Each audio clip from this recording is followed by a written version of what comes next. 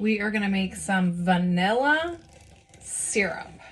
And I'm super excited about this. We're just gonna get these in the syrup and we'll put it down with our extracts and we'll give it a couple months and then we'll be able to use this and it'll be delicious. I imagine like a bread pudding, and I don't know, I use maple syrup to flavor a lot of things.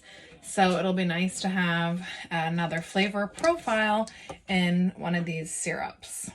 I'm gonna give this about 6 months in a cool, dark place, and it will be delicious. Don't mind me, I cut my hand on the plastic opening the packaging, of course. So we've got them all done, and I'm gonna label and date this so we know that this one is the one with the vanilla beans, because they're kind of hard to see. Let me know in the comments if anybody has ever had vanilla maple syrup, because to me, I don't know, it just sounds amazing.